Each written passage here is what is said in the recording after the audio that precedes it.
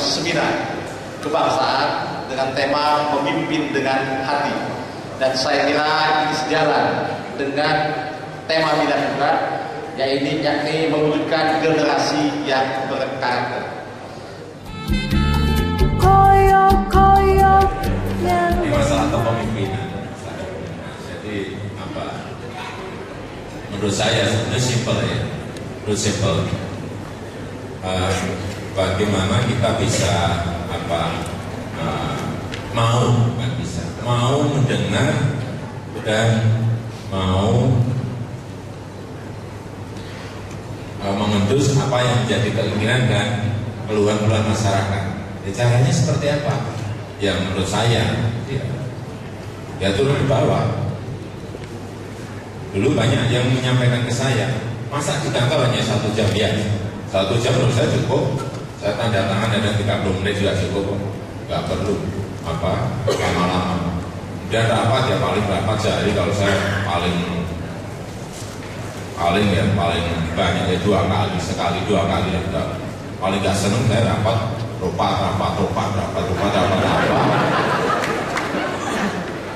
Dalam saya perintah apa pun juga bisa, ya kan? Kita mau apa? Mau misalnya perintah pakai telekonferensi juga bisa, pakai Skype juga bisa. Ngapain kita kalau harus rapat itu apa? Yang paling penting buat saya bagaimana medan itu kita kuasai, masa-masa kita kuasai, persoalan kita kuasai, kemudian mengambil sebuah policy, mengambil sebuah desain, sebuah kebijakan, kemudian langsung dilaksanakan sudah. Rakyat itu pengennya yang nyata-nyata kok, kecil-kecil tidak apa-apa, tapi real, tapi nyata dan bisa mereka rasakan. Gak usah kita tuh terlalu mulu-mulu dan rakyat hanya nonton apa itu. Ya tadi kok ngomong aja apa tadi. Udahlah real apa yang mereka keluhkan itu yang kita buat dan bisa. Nah ini yang saya lihat waktu di Jakarta waktu saat pilkada itu saya melihat fakta di lapangan. Jadi di Jakarta itu yang miskin itu 3,7%. Yang miskin ini data BPS. Saya tidak percaya, karena lapangan yang saya lihat itu banyak sekali yang miskin di Jakarta. Ternyata setelah saya masuk menjadi gubernur, saya cek lagi, datanya benar nggak sih? 3,7, 3,8. Ternyata benar memang, yang miskin 3,7%, tapi yang rentan miskin 38%. Setelah saya cek, saya bandingkan di lapangan, yang miskin sama rentan miskin dia sama saja, yang miskin. Kita ini senangnya ngabur-ngaburkan dengan istilah-istilah yang aneh-aneh gitu. Tapi jangan-jangan ada yang miskin, rentan miskin, ada yang hampir miskin, diduga hampir miskin. Parah, sudahlah, jangan ditutupi. Kalau ada masalah, ada problem itu buka. Bagaimana menyelesaikan? Buka pada masyarakat ini masih miskin, berarti 41%. Sudah buka saja. Bagaimana menyelesaikan? Saya lihat di rumah tangga banyak masyarakat yang sakit, tergeletak, nangis Bapak Ibu kalau melihat. Kalau hanya 1, 2, 3 ribuan banyaknya. Saya melihat sakit. Nengok lagi ke RT yang sakit banyak sakit. Udah 2 tahun, udah setahun, udah 3 tahun, udah 4 tahun, bertumpuk-tumpuk banyaknya. Dari yang saya lihat itu kemudian keluar sebuah sistem kartu Jakarta Sehat. Meskipun di TV juga ramai banget, tapi mereka nggak ngerti, yang ramai itu nggak ngerti, lapangan nggak ngerti. Kenapa ini saya paksakan untuk segera dimulai? Hanya 1 bulan setelah saya menjabat langsung sistemnya ini saya keluarkan. Dan setelah ini diterima masyarakat, kemudian rumah sakit bludak, puskesmas penuh. Kita hitung kira-kira ada 510.000 masyarakat yang menggunakan normal biasa, dan ada lonjakan sebanyak 510.000 yang ingin mendapatkan layanan kesehatan. Artinya apa? Karena sudah bertumpuk-tumpuk jauh bertahun-tahun. Mereka tidak pernah diperhatikan masalah ini. Ada Jamkesmas, saya tahu, tapi mungkin itu tidak ada 20-30% menjangkau masyarakat yang tidak mampu itu. Waktu ini betul total kita berikan. Kemudian apa? Rumah sakit penuh, apa bed nggak ada, ruang nggak ada. Saya cek tiap hari masa-masa di lapangan, ada yang ngantri jam 3 pagi. Saya tanya, Bapak ngantri tadi jam berapa? Jam 3 pagi Pak. Terus, iya Pak, tadi jam 11 sudah dapat kamar. Iya Pak, sudah dapat kamar Pak, tapi nanti nempatinya 3 hari lagi. Tapi mereka senang karena sudah mendapatkan kepastian bahwa anaknya disembuhkan, mendapat kepastian bahwa bapaknya disembuhkan oleh rumah sakit dan dokter, bahwa ada berita seperti itu. Saya kira itu cermin bahwa layanan kita kepada mereka yang tidak berpunya nggak pernah diperhatikan. Ini fakta. Dan ramai sampai mau diinterpelasi. Saya diinterpelasi Mas, saya ngomong. Kalau sampai diinterpelasi, saya senang banget saya ngomong gitu. Dimaksudkan, apalagi lebih senang saya. Apa yang dipikir takut? Tidak. Saya ngomong. Tidak pernah saya takut kehilangan sebuah jabatan. Silahkan mau diinterpelasi, mau dimaksudkan, nggak perlu takut. Tapi yang saya rasakan di sini bahwa ini diperlukan oleh masyarakat. Kemudian juga yang nggak mampu untuk sekolah juga sama. Kita keluarkan sistem. Kita ini sering mendesain sebuah anggaran, tapi tidak menyiapkan sistemnya. Sehingga lari uangnya itu, lari anggarannya itu kemana nggak jelas. Ini sudah yang kesehatan di Jakarta itu sudah dianggarkan dari dulu. Itu hampir 1 triliun. Setiap tahun sudah berapa puluh tahun saya nggak ngerti. Tapi dengan sistem apa? Uangnya itu lari kemana? Yang Jakarta Pintar juga sama kan pejabat seperti ini. Sudah dianggarkan.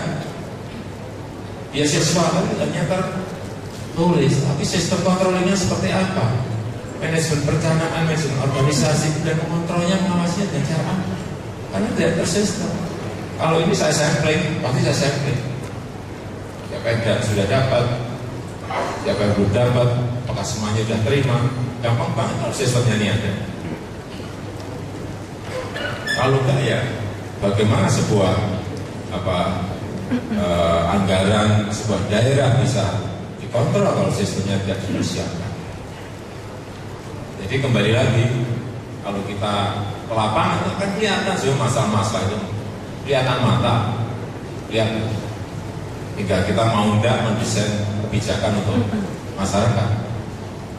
Kalau hanya tahu saja, kemudian nggak ngapa-ngapain, ya apa. Terus. Dan sekarang ini, Bapak Ibu, saudara-saudara semuanya, sekarang ini era horizontal. Banyak yang lupa bahwa sekarang baik di swasta maupun di pemerintah banyak yang tidak sadar bahwa era sekarang sudah era horizontal. Yang nggak sadar pasti jatuh. Di Libya kurang apa? Hanya elitis jatuh pasti. Di Mesir kurang apa? Elitis jatuh pasti. Hati-hati. Sama di korporasi, di swasta juga sama. Kalau mereka nggak melihat bahwa eranya sekarang ini era horizontal, dengan pola marketing mereka tidak ganti, membangun positioning, membangun diferensiasi, membangun sebuah brand, produk, membangun sebuah promosi tidak diganti, mereka korporasi itu perusahaan pasti akan jatuh. Karena eranya adalah era horizontal. Era horizontal itu seperti apa? Ya semua harus berpulang pada masyarakat. Kita harus ngerti keinginan masyarakat, dan kita harus ngerti bagaimana memberikan kepuasan pada masyarakat. Sehingga ukuran-ukuran itu yang kita pakai. Jadi kalau kita nggak ngerti masalah mereka, nggak ngerti problem mereka, nggak ngerti persoalan mereka, bagaimana kita bisa mendeliver produk-produk atau produk-produk kebijakan untuk mereka? Nggak mungkin kena, nggak mungkin pas. Apalagi hanya duduk di kantor, apanya rapat hanya terima laporan-laporan ABS dari bawahan, ya, desainnya pasangan flare.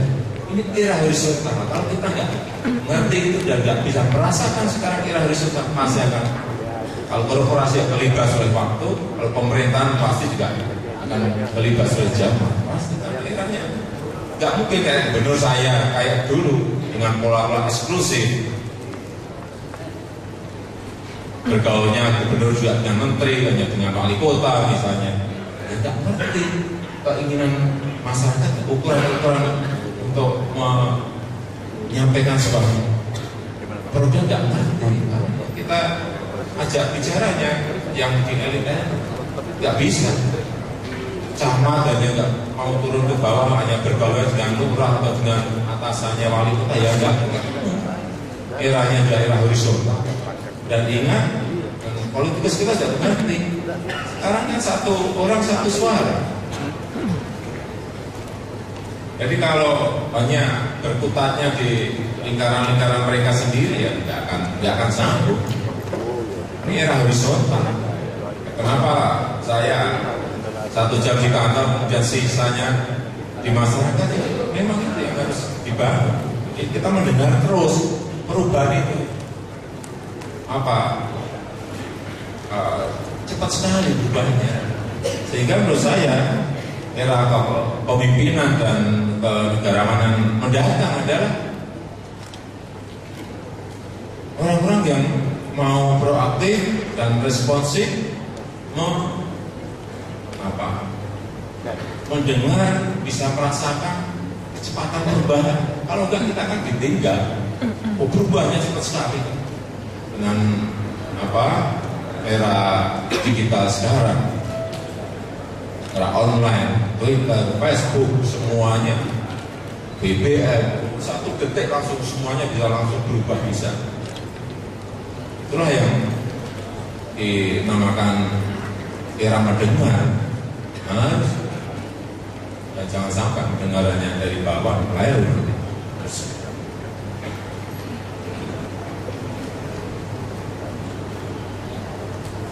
Ya tiap hari pekerjaan saya ya gini-gini aja, ke pasar lah, ke kanan kiri sungai, ke kanan kiri rel, kampung, ke wilayah RT, ke wilayah RW, dan mendata persoalan-persoalan, melihat masalah-masalah, dan kalau bisa detik itu juga diselesaikan. Masyarakat kalau kita datangi, ada masalah, ada mereka sudah merasa 70% masalahnya sudah diselesaikan, padahal belum diapa-apain. Sudah wah, didatengin nampung masalahnya. 70% sudah berpendapat, ini dari survei loh. Nanti kalau kita selesaikan baru menjadi 100%. Jadi nggak diselesaikan pun mereka sudah merasa wah, ini akan diselesaikan. Lumayan 70%.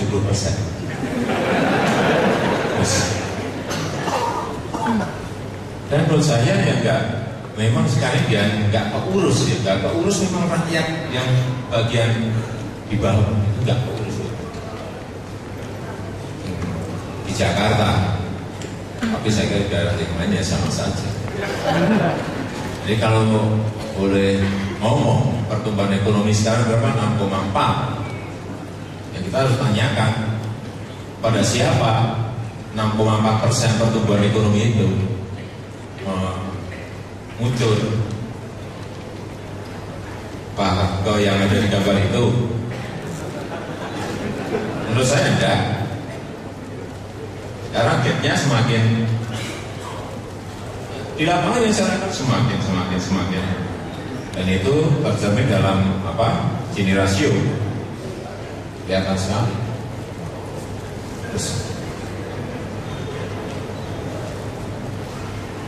Dan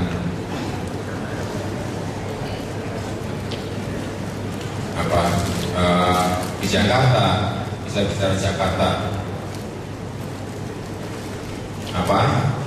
sebagai contoh kayak kita ini bangsa yang memang pandai merencanakan, tapi selalu terlambat mengeksekusi. Saya berikan contoh monorail di Jakarta, monorail MRT di Jakarta. MRT itu kita sudah merencanakan 24 tahun yang lalu. Jakarta 24 tahun yang lalu. Monorail itu sudah direncanakan 14 tahun yang lalu. Itu Malaysia belum, mimpi aja belum, kita sudah punya rencana. Tapi 11 tahun yang lalu mereka sudah punya. Kita sampai sekarang belum. Rencana tapi yang tidak lah ya, kayak monorail sudah dimulai aja sudah berhenti. Sehingga 2 bulan yang lalu sudahlah dokumen-dokumen kayak gitu saya kadang-kadang udahlah diampuni aja, dokumen-dokumen sudah dimulai MRT-nya, dan kita harapkan nanti 5-6 tahun lagi kita punya MRT, pokoknya diputusin segera mulai, kontraktornya segera dilelang dan sudah ketemu semuanya. Monorailnya juga baru 2 hari yang lalu. Pak, ini masih dokumen, udahlah kalau kita urusan dokumen-dokumen nanti jadi rencana terus, putusin berangkat sudah. Nanti kira-kira 3,5 tahun yang akan datang kita akan punya yang namanya monorail. Kita juga malu, saya kalau ibu kota-kota negara yang semuanya sudah punya, kalau mereka datang ke kita, mereka tanya aja malu kita. Saya pengen lah nggak ketang pikiran saya, nggak ketang 1 kilometer ada dulu.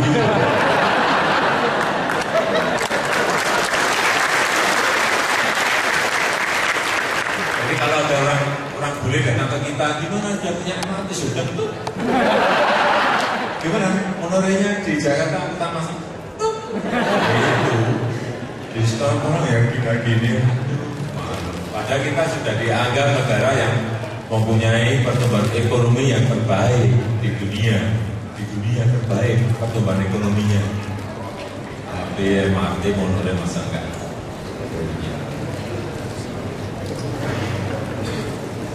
Ya mungkin itu saja yang bisa saya sampaikan pada pagi hari ini. Sudah berapa menit Pak? Boleh? Lanjutkan lagi tanya jawab Pak Jokowi. Oh ya, lupa ada satu itu mengenai lelang jabatan. Oh, ini Mbak Sawi. Lelang jabatan begini.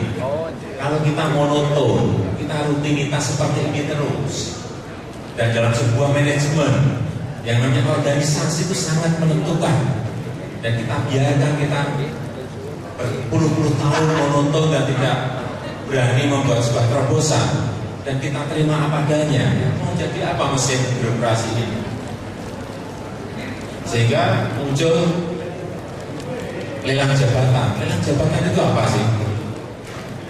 Dulu waktu saya sampaikan ada yang mau gugat di MK, ya silahkan gugat.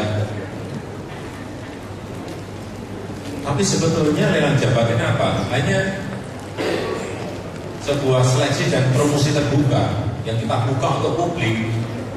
Ya kayak ini, kayak pilkada wali kota, bupati atau gubernur.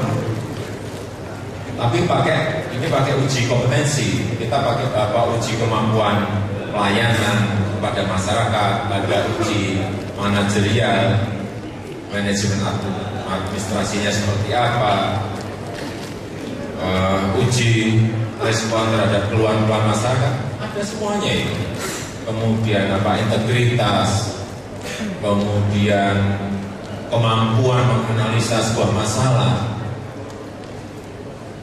Dibutuhkan di tingkat kelurahan, di tingkat kecamatan, dan di tingkat dinas dan wali kota, semuanya memerlukan itu. Sehingga ya sudah kita lakukan yang namanya lelang jabatan. Ini memang yang pertama. Tapi kalau kita nggak berani seperti itu, kita hanya model-model pulau-pulau lama kita pakai terus ya. Organisasi itu mesin yang akan menggerakkan kebijakan yang kita ambil. Kalau kita rombak, kita berani melakukan terobosan dan hanya menerima padanya, kita akan begini terus. Saya kira itu yang bisa saya sampaikan. Terima kasih. Assalamualaikum warahmatullahi wabarakatuh.